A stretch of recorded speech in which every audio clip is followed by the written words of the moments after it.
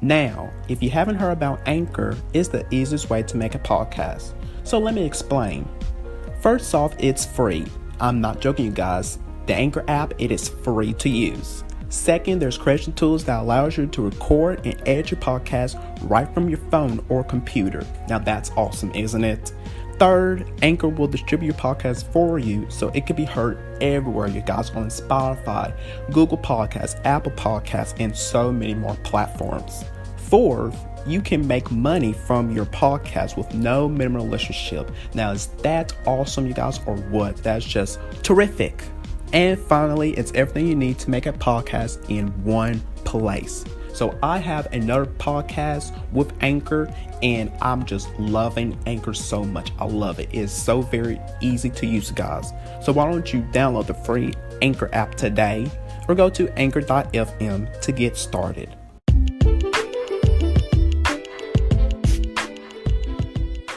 What's up, you guys, and welcome to the official podcast of Damian Talks Education. So listen up. I am here to talk about all things education on my podcast. So get prepared for some realness and honesty of education as I walk you down through various of topics that's happening in the education world with some amazing guests, to sharing stories relating to education and so much more, because I got you covered with education. So join me on this journey of education with me.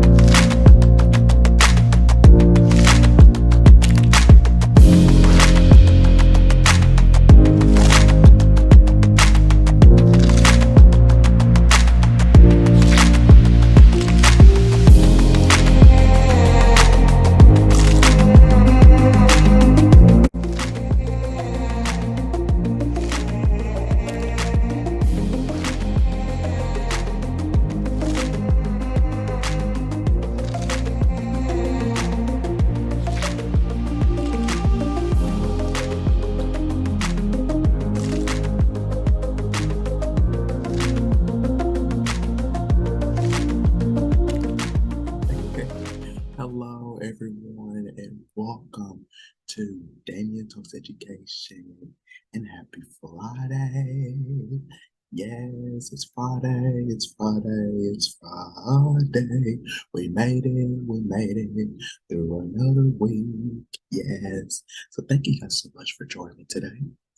I do appreciate you guys. So just sit on down as I am here in my comfy seat. All right. So, you guys, you have to excuse my voice on today because lately it's just been hurting. My throat's been hurting for quite some time now. And I believe probably my voice, I don't know if you guys can tell, but my voice is changing. I can tell, which is because this is not how I usually sound like. So just bear with me today, but that's how my week has been going, honestly. Seriously, I just been, I got used to voice like this now, probably because I'm growing up, and it's life. But this week has been it's been steady. It's been steady. Why in the world did I start moving around? I have no idea. But yeah, it's been steady. It's been very steady. Thank goodness today's Friday, honestly. Thank goodness, because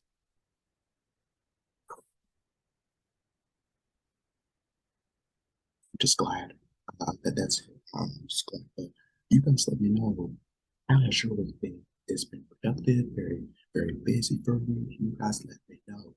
Let me know, because I would love to hear from you guys. So we're gonna hop right into the show today. And this is a good one. Excuse me. This is a good one. And here goes my voice. Down low, deep. But here's, oh gosh, even sound weird as well.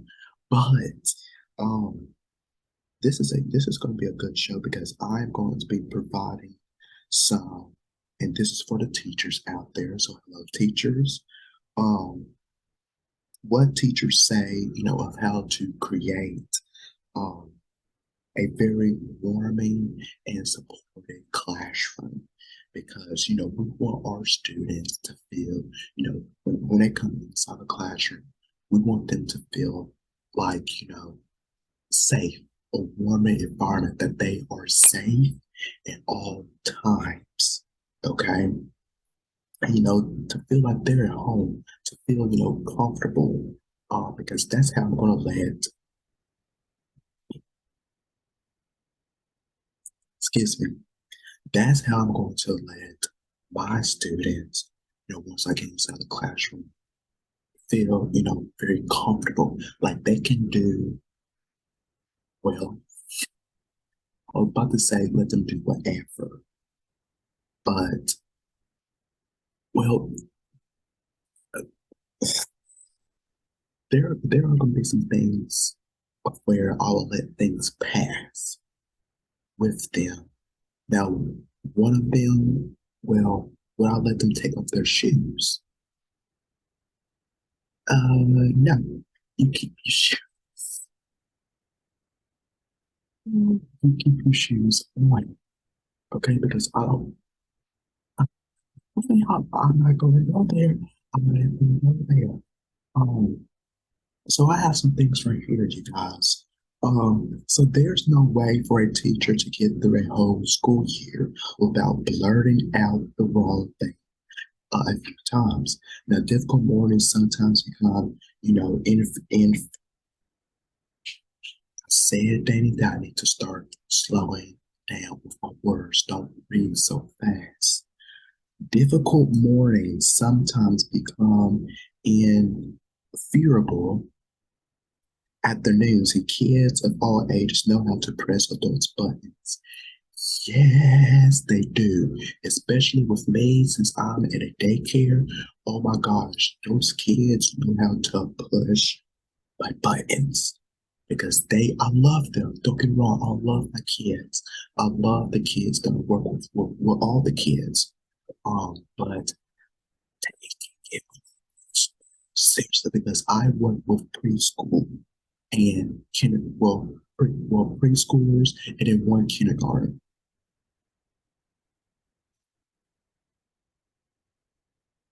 Preschool teachers and kindergarten teachers. I don't know how you do it. I don't know how you do it on a daily basis. I give you guys props.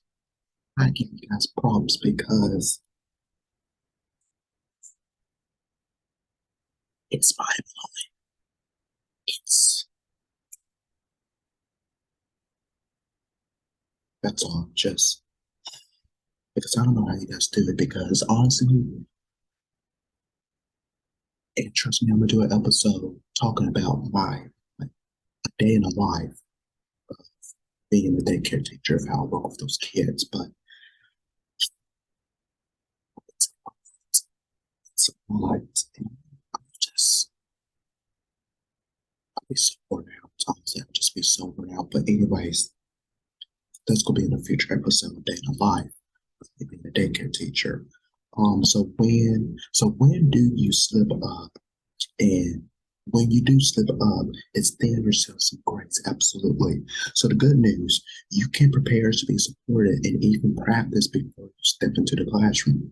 One of the hardest things I had to do was learn how to change my teacher, I'm quoting language, so that I could encourage and empower students on a daily basis.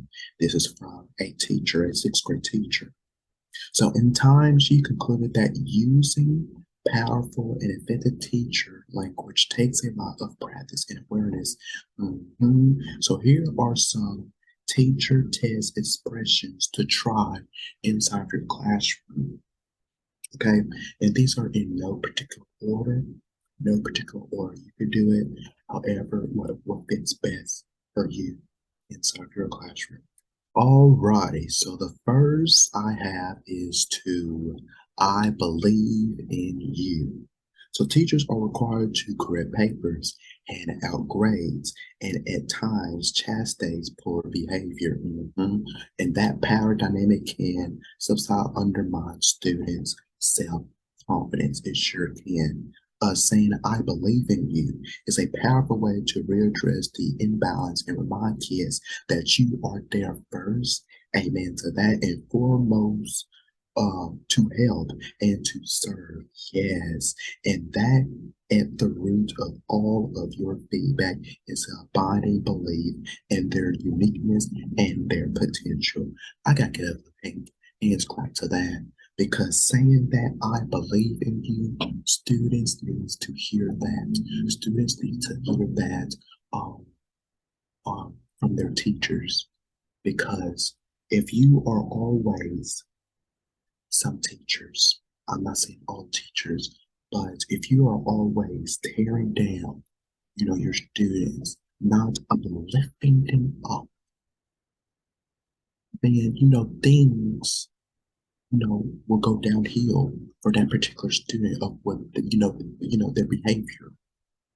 That's why I believe in, let's say, they are a good child or a good student, and you're always downgrading them, not positive things, I believe that their behavior will change. That's for me. That's how I feel. And they will start to, it all starts, with us because teachers, we're supposed to be there for our students at all times. And saying this right here, I believe in you will, mm-hmm, mm-hmm, just like that. The next and I love this here is we miss you. Instead of asking, where were you, which can create a note of suspicion or simply sound like prying, try to respond to a student's absence with a more positive twist. Yes. So you could say, we really miss you yesterday to signal that you thought about the student one day was not there and to underscore that they are a valuable contributor to the classroom community. Another hands clap to there because yes, because saying, where were you yesterday? No, no, no, no, no, no, no, no, no. You gotta make the student feel that, they was greatly missed yesterday. Saying this, we really missed you yesterday. Yes. And that will acknowledge the student. There's like, oh, you really did miss me yesterday. Yes. It kind of depends on the way that you say it. Because if you say it, very calmly, that you really mean it from the heart, then your student will respond back to that. But if you just say, oh, we really missed you yesterday in an angry tone,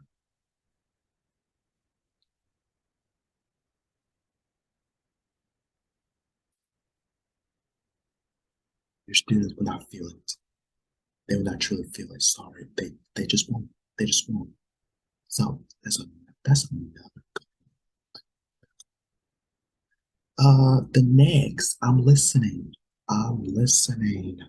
Used as both a confirmation and an invitation. For example, as an open-ended prompt when a student looks troubled or starts to feel frustrated. The phrase "I'm listening" signals that there is space and respect for student voice in your classroom. You guys all know that I am so big on using our student voice inside the classroom. Make them be a part of the lesson because it you got to incorporate your students in some type of way as a classroom teacher. I feel that that is your job, that is your mission. Some teachers who are watching this right now not agree to me on that. That's fine. You do because I always say you do what's right inside your classroom. You do what's right because you don't have to always listen to the administrators, the head boards of the school district. That's with me. I'm sorry. But if somebody comes and tells me an administrator, the super board of whatever, if somebody comes to me inside my classroom and tell me of how I should run my classroom, knowing that they have not been inside my classroom, being involved experience on a daily basis. You can't tell me what to do inside my classroom. This is my space. I'm using whatever I feel I want to do with it. Sorry, not sorry. I wish somebody would come to my classroom and tell me how to run it. That's not your place. It's not. It's not. If I'm wrong on that, you guys let me know. Let me know. Tell me. Because I want to be educated on that. But my classroom, it's mine. Mine only. And my students. I kind of got heated up right there. So let me get back on track. Um, ooh, ooh. Here's a good one, and another good one. Oops, I made a mistake. There are thousand ways to say that you mess up. Saying that's a real whooper, or I can't believe I did that again, and even convey the idea that academic or social miscues can be both frequent and humorous. Now, mhm, mhm. Now, in several threads of Ethiopia social media feeds, teachers they have been emphasized that a certain comfort level with errors is essential to academic resilience in students. Now, to reinforce this idea with their students, many educators um, are coming together. They weave coming up together to pre-plan mistakes into their lessons to stop the knowledge and praise the thinking behind a student create errors, or pepper their instruction with a reference to epic mistakes that they have made themselves. Now, while mistakes are never the objective, academic progress always involves failure. It does.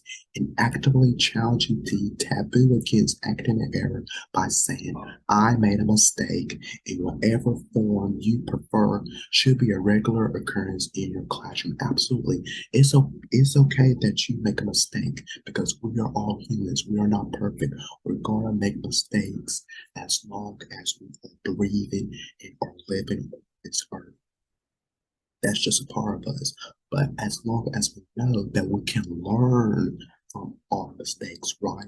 We need to learn from them because what's the point of making mistakes time after time after time again and then we don't learn from them? That's why we keep on doing what some people keep on doing the same stuff over and over and over. And there's no improvement because you want to know why? You're not learning from your mistakes. You're just not.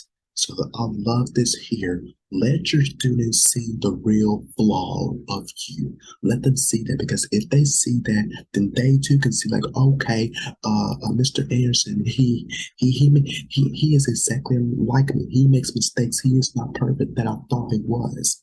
Let your students see that because some teachers are out here are just pretending to be like, oh, it's always sunshine, I'm always perfect, I'm always. No, you're not. No, you're not. And your students, they can see. They can see your true colors. Trust me, they can. Especially, technically all students. I was about to say especially middle and high school students, but also elementary students as well. All students, they can see.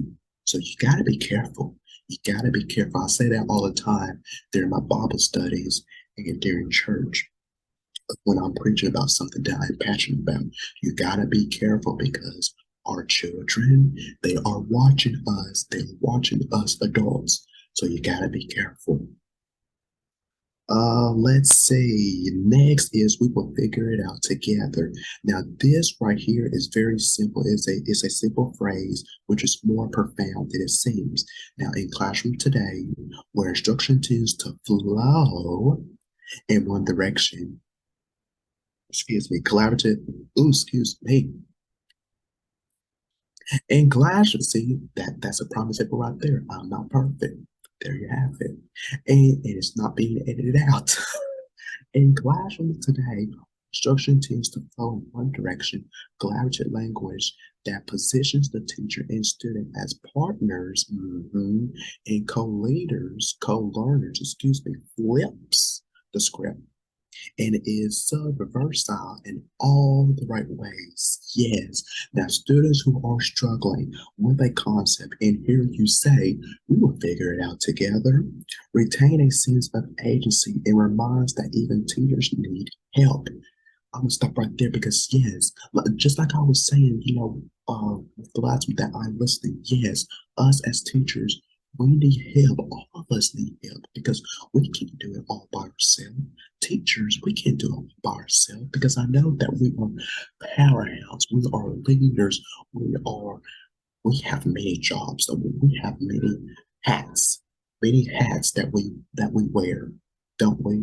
And this is a prime example right here that we can all do it ourselves. We just cannot. So we do need help from time to time. And are encouraged to think of themselves as competitive. Yes, equal participant in a problem-solving exercise. Yeah, yeah. So we do need help. We do need help, and I'll let that there. We will figure it out together. Or how about let me rephrase that and saying I'm gonna use the High School Musical, their theme, the High School Musical franchise movies of their theme. We're all in this together. Yeah, we're all in this together. Am I right? Because we should not single one person out. That's not our job as educators. Okay, if you want to go into this profession, we gotta all learn how to work together, be in it together. We're all in this together. Okay. Uh, Next, you have really improved, and I feel really admired. So feedback that is specific. Hear me out now. Feedback that is specific, measured, and focused on a student's process or effort is motivating and actionable. Did you hear me? But you guys always know that there's always a but in this case. It also requires that teachers be attentive to their environments that they are in, being present into the moment of a student's learning journey. So when teachers notice and then articulate areas of academic progress by saying, you have really improved. Or I'm just giving out an example, you guys. You have really improved on your descriptive writing. I love the way you describe your family in this story. They signal that learning is a tangible, ongoing process powered by effort and persistence. Yes, yes, yes, yes, yes. And steer clear of feedback that engage in you guys. It goes on and on. Talking about. Okay, now, okay, wait. Let me read this right here because I really like this. Research. This is not from me. Research suggests that from the upper elementary grades on, students recognize praise that is inaudictive and complimenting children for being smart or for outcoming like good grades reduce their tolerance for taking academic risks and stemming growth. That is what I'm talking about there because I did a few episodes. Well, this was back at the very beginning of Damian Talks Education, of when, and probably also in past episodes as well, I can't remember. But there was this one episode that I did, but this was actually off of my YouTube series. But I also did it on here, of where I talk about, we can, and I don't know if this ties into this right here, but I just have to say it, about our students they recognize, and just like it says here, that they recognize in what it has over here of being smart, that you're signaling out one student who has the highest grade in every subject, in every class. And then this other student over here is just dumb, not smart at all. See, that's what I'm talking about of when we are comparing, our students like, oh, we praising this student over here, but this student no. And also with test scores, like we are that is our job as educators, as point out that Bob, he's a 96%. Joe is a 56%. What in the world? We are labeling our students. That is not okay. Not okay in my book. We should not be doing that. It's absolutely wrong. It's inaccurate. It's Let's get back on the right track, folks. Let's get back on the right track. It's just ridiculous of how these days now we are just labeling our students. It's a mess. We gotta get back on the right track. It's our first school to do. And lastly, I like this here, and this should be implemented in every school, in every classroom, which is I'm sorry. Why am I saying that? Hear me out. Saying I'm sorry can be a better feel because we don't like saying that, honestly. We don't like saying that because with me, I'm just speaking from my experience. Saying I'm sorry, it feels that a part of me deep down that I'm a failure of what I was doing. And then I had to come directly in whatever situation it is of having to say I'm sorry for whatever the situation may be.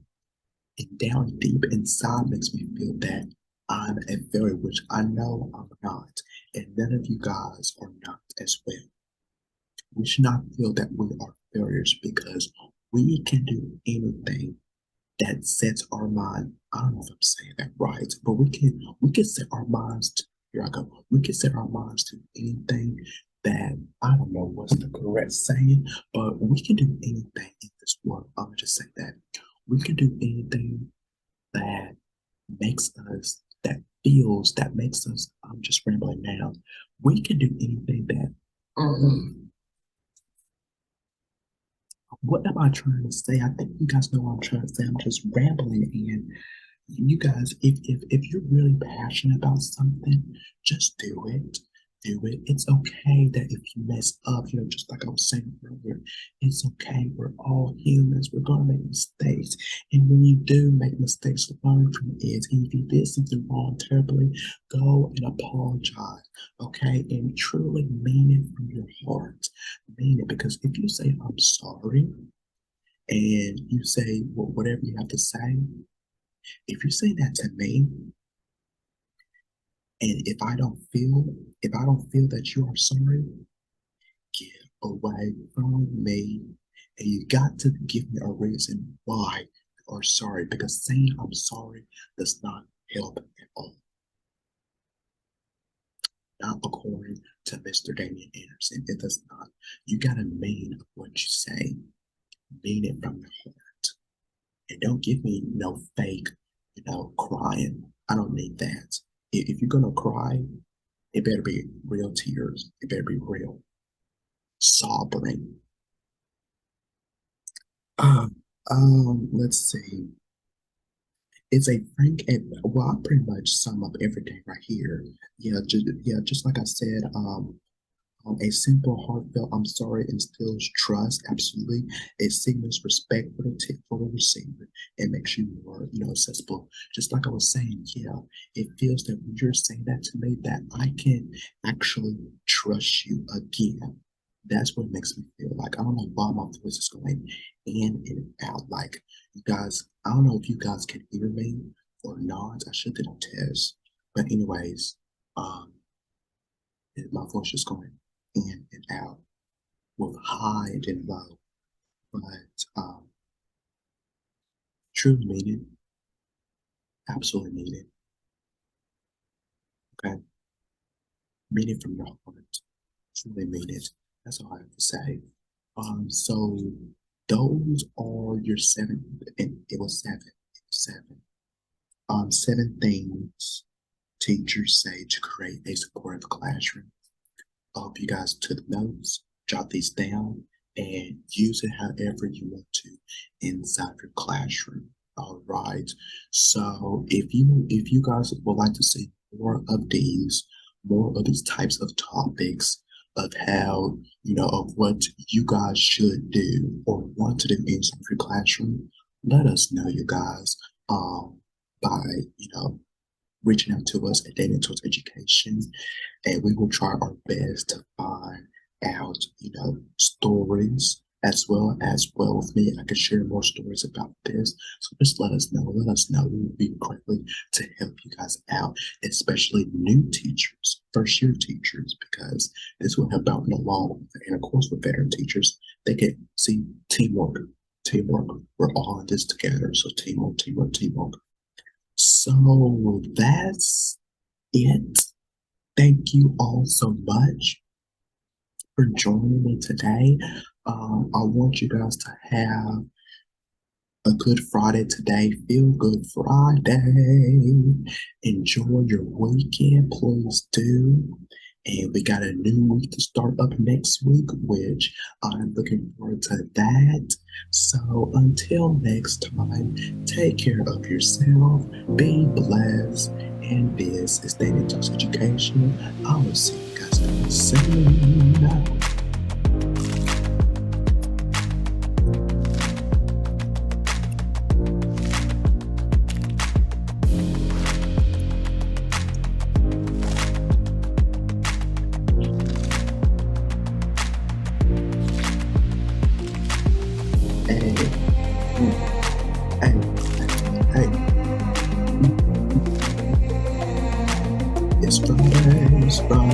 It's Friday, we made it,